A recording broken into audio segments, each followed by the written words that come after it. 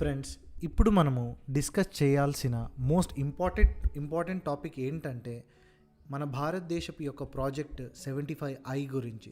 ఒక massive naval modernisation కోసమని మన మోదీ గవర్నమెంట్ తీసుకున్న ఒక ఇనిషియేటివ్ ఇది, ఎస్పెషలీ అండర్ సీ వార్ఫేర్ కోసమని. Why it is critical now అంటే చైనా పాకిస్తాన్ అలయన్స్ గురించి మనందరికీ తెలిసిందే. అండ్ ఈ రెండు దేశాలు ఇప్పుడు ఇండియన్ ఓషన్ రీజన్లో చాలా యాక్టివ్ అవుతున్నారు. చైనా పాకిస్తాన్కి అడ్వాన్స్డ్ నేవల్ షిప్ ఇవ్వడం స్టార్ట్ చేసింది. ఫర్ ఎగ్జాంపుల్, కరాచీ పోర్ట్లో రీసెంట్గా హైటెక్ షిప్స్ డిప్లాయ్ చేశారు. అలాగే రిపోర్ట్స్ ఏం చెప్తున్నాయంటే 40+ 5th జనరేషన్ ఎయిర్ క్రాఫ్ట్స్ని పాకిస్తాన్కి సప్లై చేస్తున్నారు. అండ్ ఇండియాకి అలారం రింగ్ అయింది. అదేంటంటే పాకిస్తాను ఇలీగల్ ఇన్ఫ్రాస్ట్రక్చర్ కడుతుందని. అది కూడా సర్ క్రీక్ ఐలాండ్ దగ్గర కడుతుంది అని అంటే ట్రై చేస్తున్నారు వాళ్ళు. Plus economic shift from Karachi to Gwadar అంటే స్ట్రాటజిక్ లొకేషన్స్లో కంట్రోల్ మూవ్ చేశారు. ఆపరేషన్ సింధూర్ తర్వాత ఇండియన్ స్ట్రాటజిక్ ప్లానర్స్కి ఒక క్లియర్ మెసేజ్ వచ్చింది.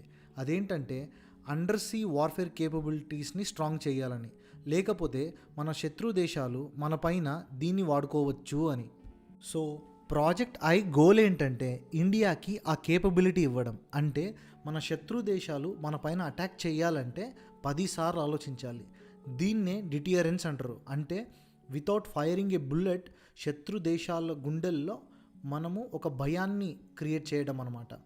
And India is building 6 next gen diesel electric submarines. అంటే మన భారతదేశం వచ్చేసి 6 నెక్స్ట్ జెన్ డీజిల్ ఎలక్ట్రిక్ సబ్మెరైన్స్ని బిల్డ్ చేయడానికి ప్లాన్ చేస్తుంది. ఎందుకు డీజిల్ ఎలక్ట్రిక్ అంటే it is cost effective, stealthy and suitable for Indian Ocean conditions. And అదే కాక ఒక కొత్త టెక్నాలజీని ఈ 6 సబ్మెరైన్స్లో యూస్ చేయబోతున్నారు. అదే ఏఐపి టెక్నాలజీ. కాస్ట్ ఎఫెక్టివ్ అంటే ఏంటంటే, so electric submarines are cheaper than nuclear submarines. మన ఇండియన్ నేవీ బడ్జెట్కి కరెక్ట్గా ఫిట్ అవుతుంది. బట్ స్టిల్ స్ట్రాంగ్ కేపబిలిటీస్ని కూడా ప్రొవైడ్ చేస్తాయి. స్టెల్త్ అంటే ఏంటంటే invisible to enemies. Diesel electric submarines వచ్చేసి న్యాచురల్గానే చాలా క్వైట్గా మూవ్ అవుతాయి when compare to nuclear submarines. So enemies ఈజీగా రేడార్ ఆర్ సోలార్లో డిటెక్ట్ చేయలేరు.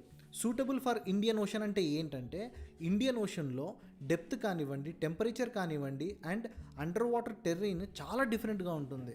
So diesel electric submarines with AIP technology మనకి కరెక్ట్గా పర్ఫెక్ట్గా ఫిట్ అవుతుంది.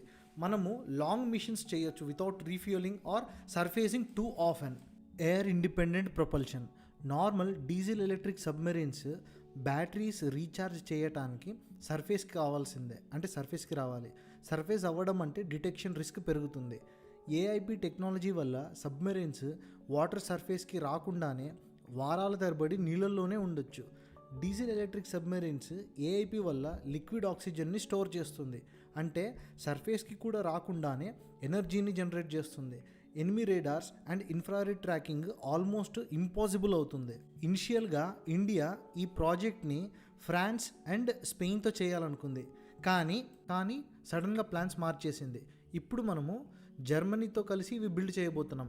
అవి కూడా కొత్తవి కాదు, అంటే కొత్త సబ్మెరైన్సే but already proven submarines. Germany దగ్గర ఆల్రెడీ 214 సబ్మెరైన్స్ అని కొన్ని సబ్మెరైన్స్ ఉన్నాయి, ఆల్రెడీ ప్రూవెన్. ఇవి వచ్చేసి టీకేఎంఎస్ ద్వారా డెవలప్ చేయబడ్డాయి. టీకేఎంఎస్ ఒక జర్మన్ డిఫెన్స్ కంపెనీ. దీని ఫుల్ పేరు వచ్చేసి థైసన్ క్రూప్ మెరైన్ సిస్టమ్స్. ఇది submarines, warships, naval technology, design and మ్యానుఫ్యాక్చరింగ్లో వరల్డ్ క్లాస్ ఎక్స్పర్ట్.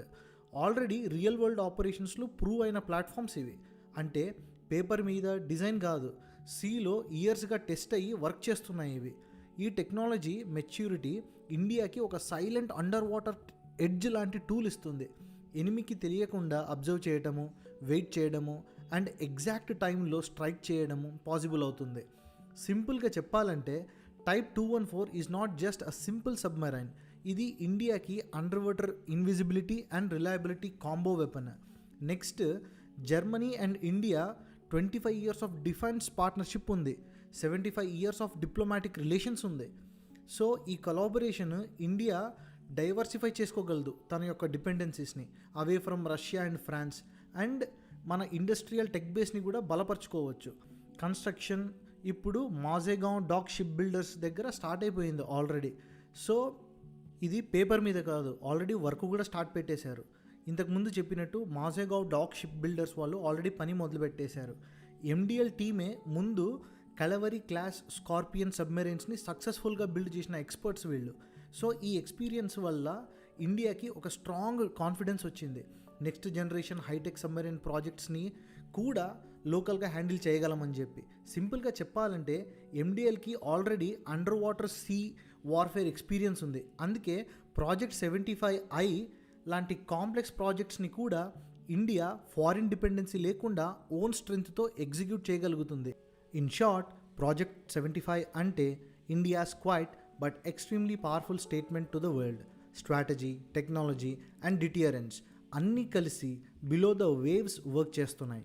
ఈ అండర్ సీ గేమ్లో ఇండియా జస్ట్ పార్టిసిపేట్ చేయదు, ఇండియా ప్లాన్ చేస్తుంది, క్యాలిక్యులేట్ చేస్తుంది అండ్ పొజిషన్ కూడా చేస్తుంది.